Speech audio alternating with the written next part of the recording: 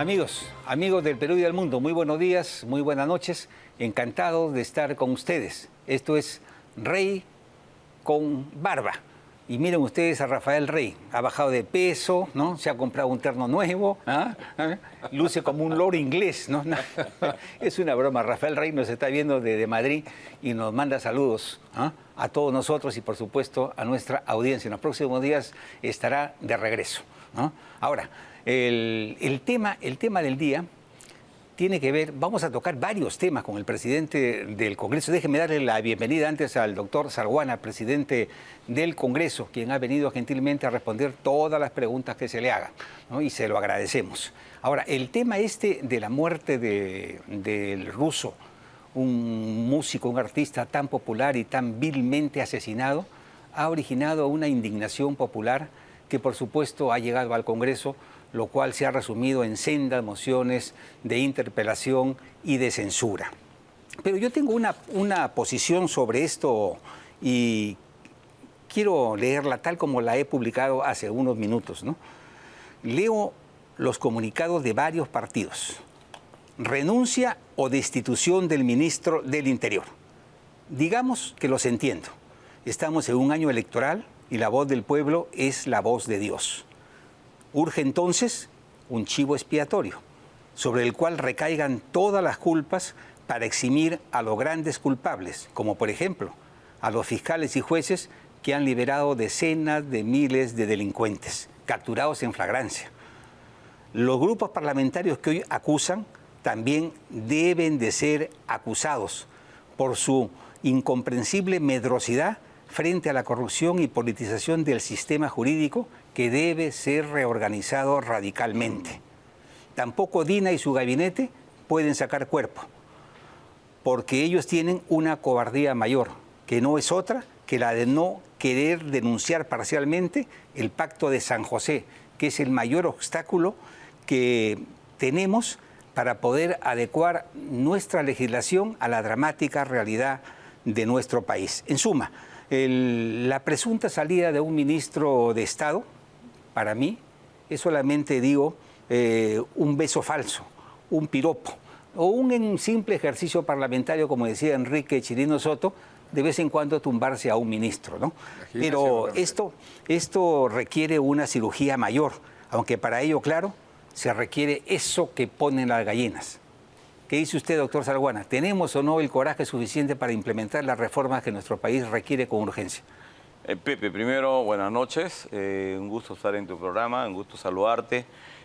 Saludo a la presencia del doctor Abanto y a nuestro amigo Rafael Rey, que nos ve, como tú señalas, desde fuera del país.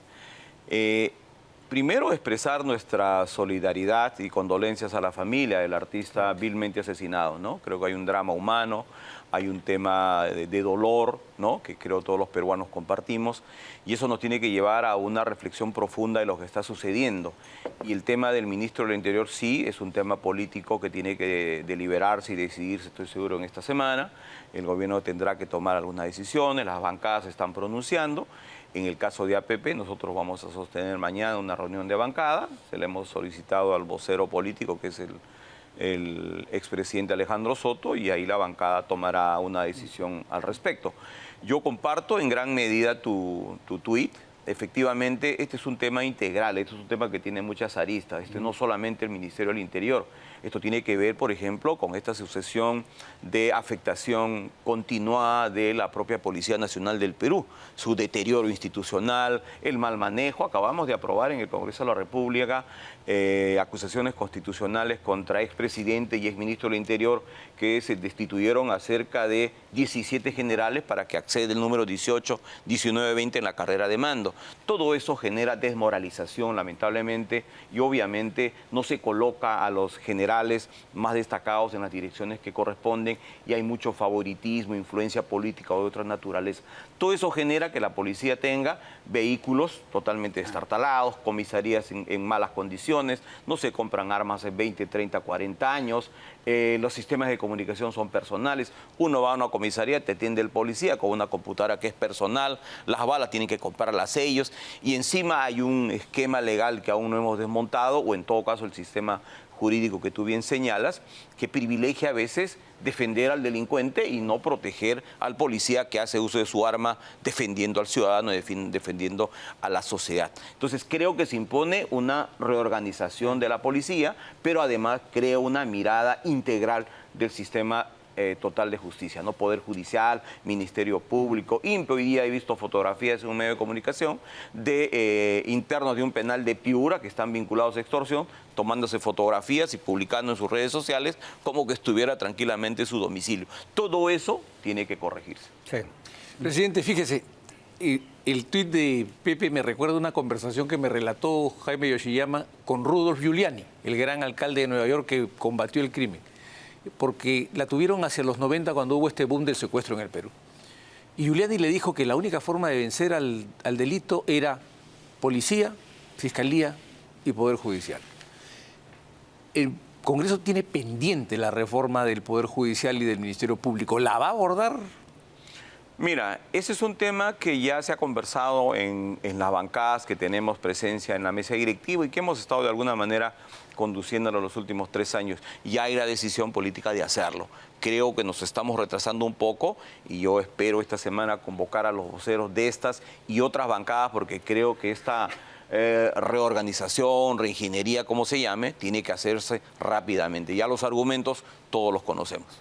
Yo tengo aquí lo que creo que es la noticia más importante de los últimos meses y, sin embargo, no ha recibido ningún titular de ningún medio de prensa.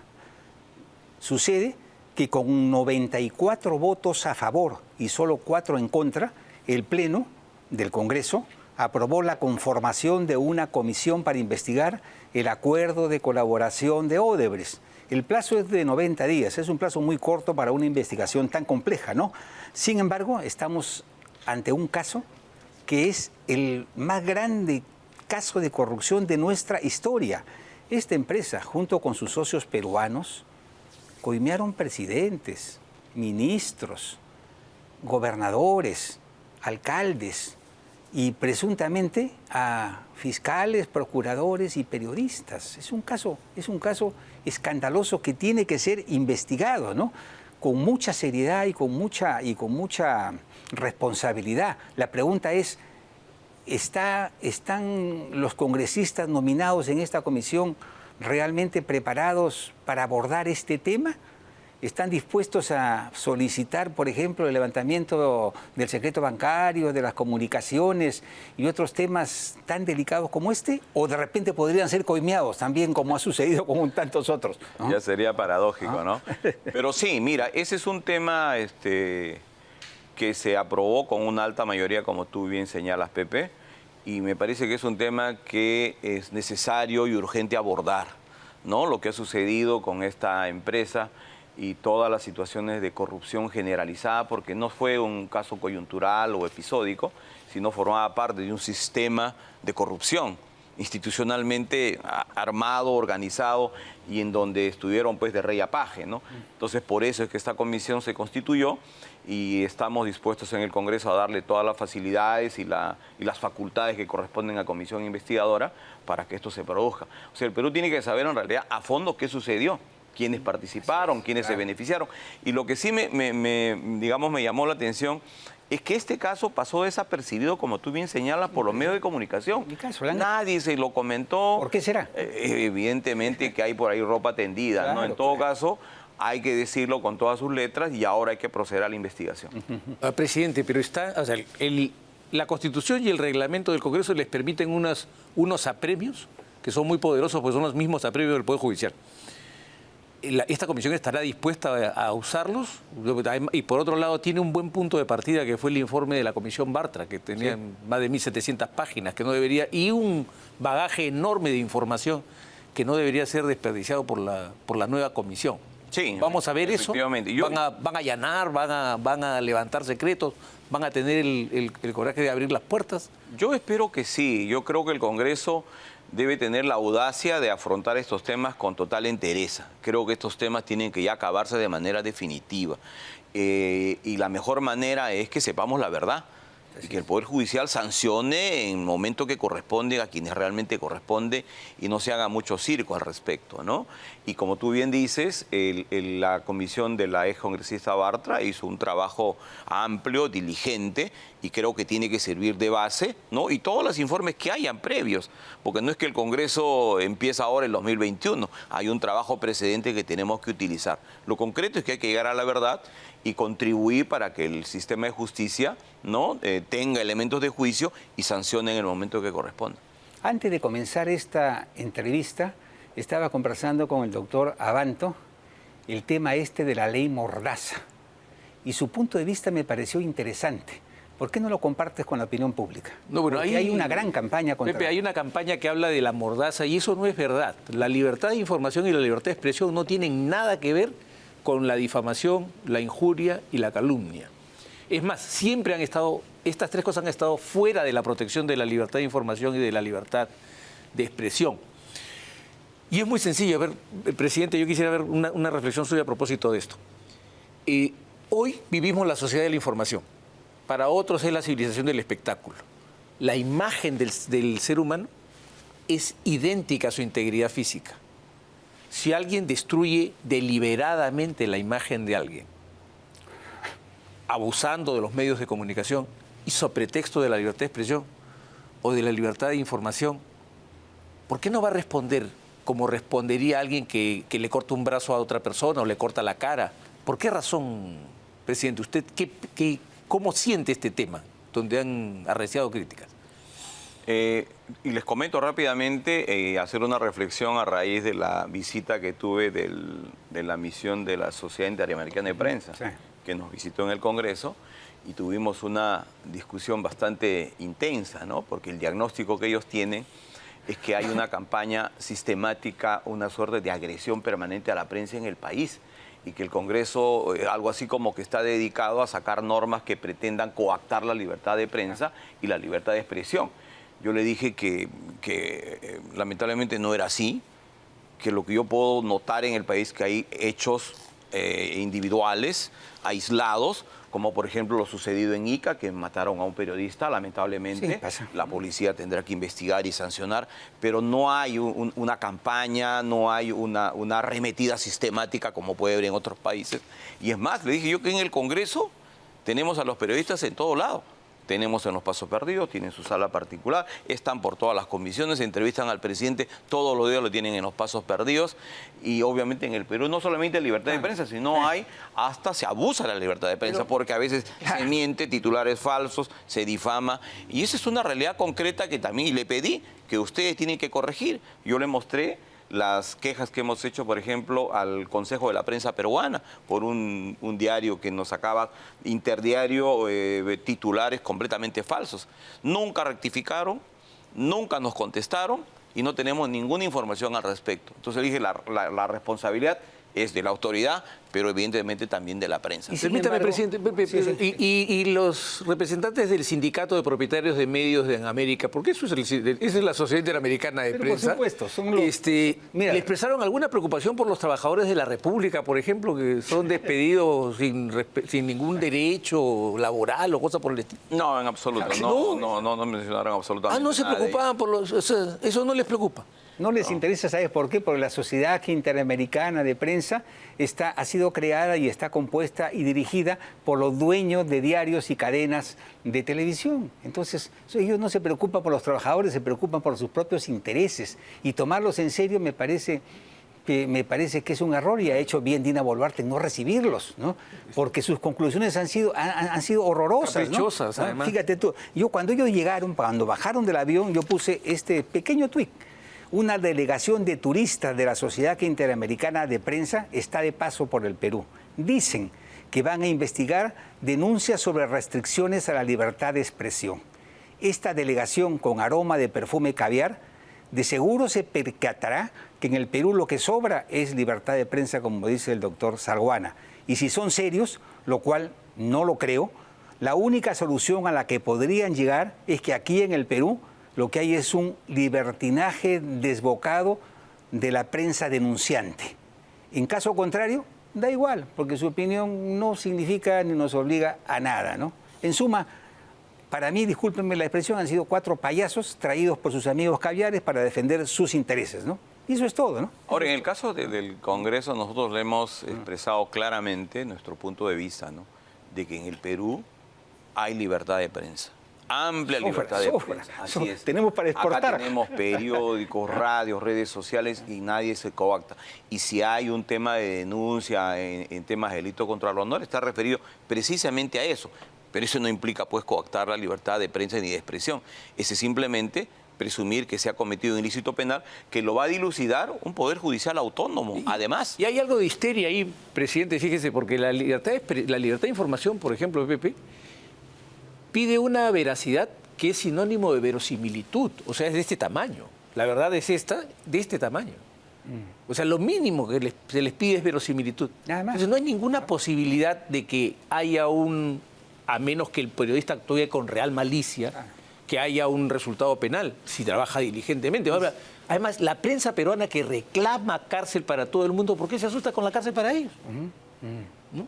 No, yo le mencioné además que si uno revisa la data estadística del Poder Judicial, en los últimos 10, 20 años habrá habido pues 1, 2 o 3 periodistas sentenciados por evidentes casos de delitos contra el honor, porque hemos sido testigos a veces de campañas sistemáticas en contra de funcionarios, de personajes, para evidentemente el afán de mellar su honorabilidad. Y eso evidentemente hay un Poder Judicial autónomo que al final establecerá o no la responsabilidad penal. Y, perdón, no rectifican ni piden disculpas. A Rafael Rey, por ejemplo, le inventaron una entrevista, ¿no? Y él dijo, oiga, señor, yo no he dado esa entrevista, eso es falso, por favor. Una rectificación, ni caso, en el comercio. ¿Ah? No, pues es que hay una visión extraña de inmunidad, ¿no? O sea, el presidente no es inmune, los congresistas no son inmunes. Nadie es inmune, ellos sí son inmunes. Eso creo que hay que ponerlo. Algunos, por ejemplo, los titulares de la prensa. Y lo digo, Pepe, habiendo defendido en los tribunales casos de libertad de expresión y habiéndolos ganado. O sea, veo yo que los titulares de la prensa, por ejemplo, con Santibáñez, ¿no? Ha defendido a un condenado por no sé qué delito, ¿no? Defiende delincuentes. Oigan, el IDL y otras ONGs se han pasado su vida defendiendo terroristas, delincuentes y asesinos. Y la prensa nunca ha dicho una palabra. No, además ahí hay mala fe. Esa es la prensa que tenemos, una prensa sesgada, no, además hay mala fe, prepotente y difamadora. Porque ellos que levantan el tema de los derechos humanos olvidan que Naciones Unidas en 1990, en La Habana, ni más ni menos, aprobó los principios que rigen la función del abogado. Y el principio 18 señala que los abogados no pueden ser confundidos ni con sus clientes ni con sus causas en el ejercicio de su función. Entonces, estigmatizar al doctor Santibáñez por el ejercicio de la defensa me parece una torpeza burda. Ahora, vamos al tema de las ONGs. ¿Qué tan difícil, doctor Salguana, fue llegar a un consenso? Porque en el Congreso son 130 parlamentarios, pero hay 12 bancadas. Y es muy complicado generar consensos. Sí. Charles de Gaulle decía que gobernar un país con 400 variedades de queso era muy complejo. Lo mismo, en pequeño lo mismo pasa en el Congreso. Con 3.000 y pico variedades de papas. Ahora, sabores y colores. Sí, ¿hubo realmente presiones diplomáticas y de otra índole para que esta ley no salga? Digamos presiones no. Lo que hubo fue, digamos, transmitirnos, en el caso de la presidencia, nos visitaron algunos embajadores y nos expresaron su preocupación, ¿no? Y nos pidieron que revisemos la norma, que tratemos de buscar una norma equilibrada. Hasta ahí, bueno, escuchamos con respeto, pero evidentemente es el debate del pleno el que toma la decisión.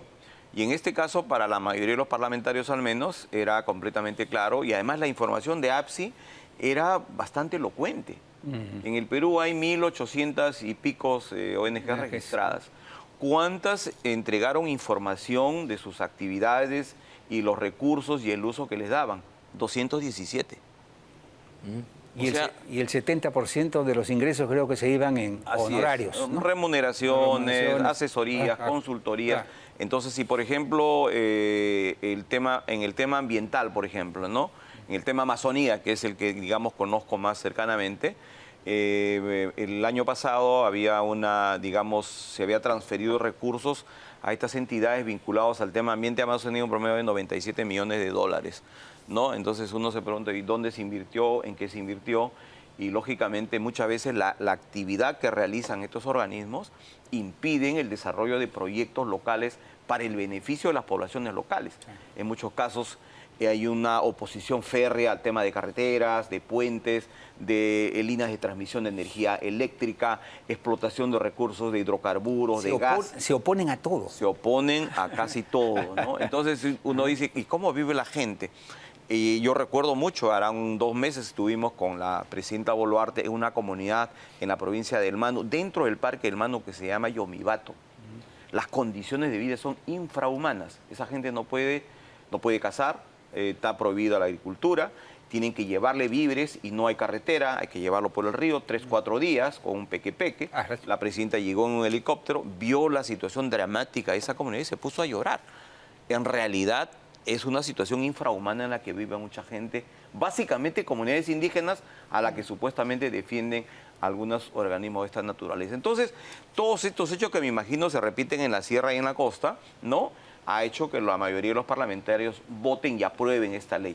Ahora, el fondo del asunto no es que queremos limitarlas, coactarlas, ni menos dirigir sus actividades. Claro, lo que queremos es que los recursos que vienen al Perú lleguen efectivamente al beneficiario directo. Claro, de eso se trata, nada Lleguen más. los recursos, oye, que no se quede en Lima o en una oficina, pues en Nueva York, en Madrid, en París, que llegue al Perú, que vaya y le ayude a sacar adelante sus condiciones de vida, ¿no? Yo creo que eso ha pesado al final y la votación ha sido mayoritaria. 2 cosas, presidente. La primera, me imagino que habrá estado también la embajada americana de ese entonces, haber expresado también su preocupación.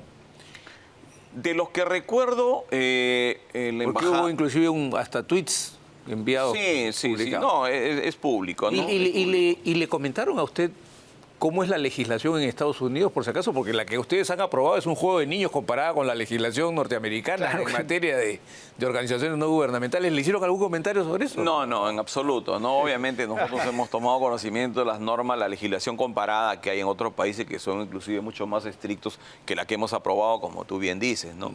Pero creo que es un buen principio y lo que queremos es que APSI realmente controle, vigile, supervise, porque hay ONGs que hacen un trabajo realmente formidable. Yo tengo en Madrid, por ejemplo, la ONG Cáritas, que es del Vicariato Apostólico, que realiza una labor humanitaria pues formidable, ¿no? Hay que seguir apoyándola, pero hay otras que lamentablemente no lo hacen. Entonces, no hay que poner a todos en el mismo saco, ¿no? Sí, claro. Y diferenciarlas y que continúen trabajando tal como señala el marco de la legislación peruana. Somos un país soberano y hay que poner condiciones. El dinero que recogen es un dinero que supuestamente está dado por los estados cooperantes para el desarrollo del Perú. Así es.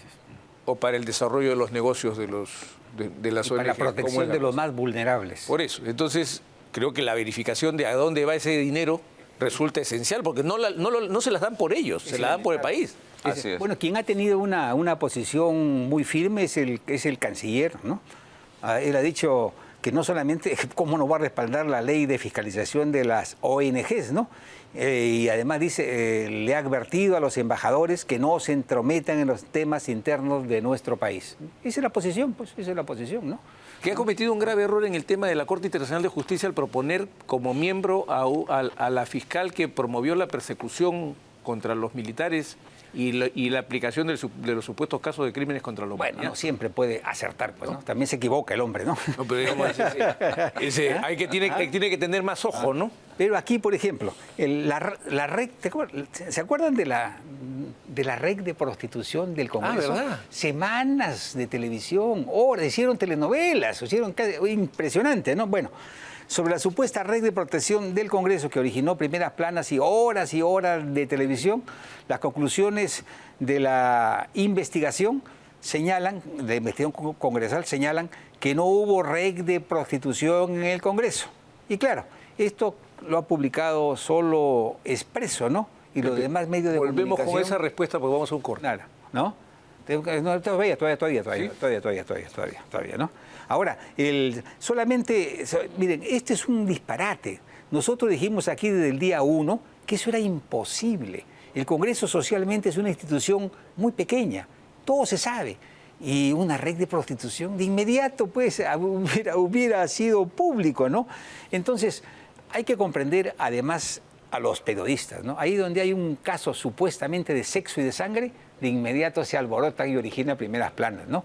Pero finalmente las aguas se calmaron, la verdad va surgiendo a luz y lo importante es que los medios tomen nota y de vez en cuando pues se rectifiquen o pidan las disculpas correspondientes. Nada más, de eso se trata. Eso ¿no? sería realmente encomiable, ¿no?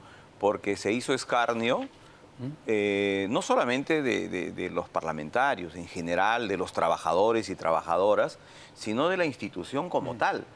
Porque un congresista señaló además, sugirió de que había votos por sexo. Sí. Y recuerdo mucho que me enviaron de fuera del país titulares de periódicos en Madrid, en Londres. Aparte, fue noticia mundial, fue noticia mundial. O sea, ¿quién repara esa situación complicada? Porque al final podemos discrepar con los 130 congresistas actuales, pero evidentemente la institución va a continuar y somos un baluarte de la democracia. Entonces yo espero que por lo menos algún periodista tenga ahora pues la dignidad de decir, oye, nos equivocamos en esto, porque fueron titulares continuados, reportajes permanentes, hasta la censura del presidente plantearon por ese tema, ¿no? O sea, llevar a la inestabilidad de la conducción del Parlamento, ¿no? Pero bueno, es un caso más de lo que no se debe hacer, no se debe abusar pues con la libertad de prensa. Una última pregunta para despedirnos, ¿eh? Porque ya llegó el ministro Santibáñez, ¿eh? Ya, perfecto, ¿no? Esta pregunta tiene que ver con la Fiscalía. La fiscal de la Nación afirma que hay una campaña para intervenir la Fiscalía. Y el doctor Abanto me decía en el intermedio, lo que hay es una campaña de ella para intervenir el Congreso. ¿Ah? Y ella se ha vuelto un poco experta en infracciones constitucionales, ¿no? Pero ha denunciado congresistas por votos y opiniones. Por votos y opiniones. Eso hasta un estudiante de primer ciclo sabe que es absolutamente pero veo un Congreso ilegal, inerme, que no hace nada frente a la violación de su... Pero eso le iba a decir, los veo muy lentos garantía. En la defensa, poco agresivos, ¿no? Porque esto es inhabilitación, por supuesto, ¿no? ¿Ah? Mire, este tema de lo que señala el doctor Abanto sobre la denuncia por los votos, lo inicia el fiscal de la Nación, Villena. Él abre la carpeta y me hacen conocer la vicepresidenta, Pati Juárez, que es una de las integrantes de la Comisión de Defensa, ¿no? Entonces, y nos pide información y le contestamos y le decimos, oye, el artículo 93, si no me equivoco, señala que los congresistas pues no responden ni por sus votos ni sus opiniones ante ninguna autoridad, porque esa es la esencia, la naturaleza intrínseca del parlamentario. Entonces, bueno, pensamos que se había quedado ahí, se cambió con la actual fiscal de la Nación, persistió y ella ya presenta la denuncia constitucional.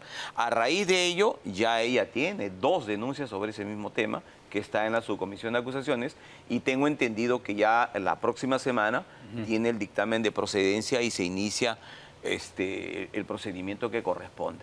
Ahora, lo que la fiscal de la Nación ha hecho de manera permanente en estas, creo que 45 días que está en el cargo, es una denuncia permanente, no solamente por ello, y denuncias por cualquier tema, por cualquier asunto baladí, por un dicho cualquiera, abre carpeta y denuncia a los parlamentarios.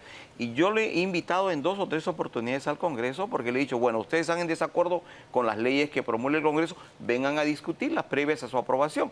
Venga usted a las mesas de trabajo que el Congreso ha organizado, yo mismo personalmente he dirigido 2 o 3 sesiones donde he asistido al doctor Abanto, lo he invitado, a los gremios empresariales, a los especialistas, a la presidenta del Poder Judicial ha tenido la gentileza de venir, ¿no? El ministro del Interior, de Defensa, pero la señora fiscal de la Nación nunca respondió a nuestro llamado cordial, respetuoso, y no ha venido al Congreso.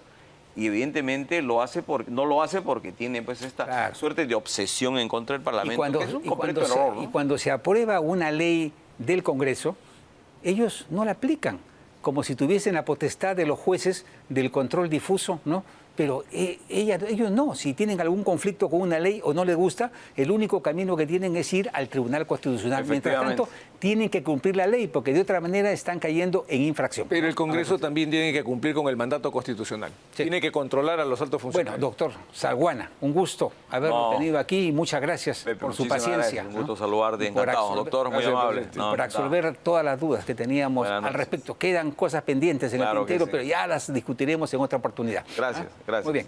Pausa, amigos, y regresamos con el ministro del Interior.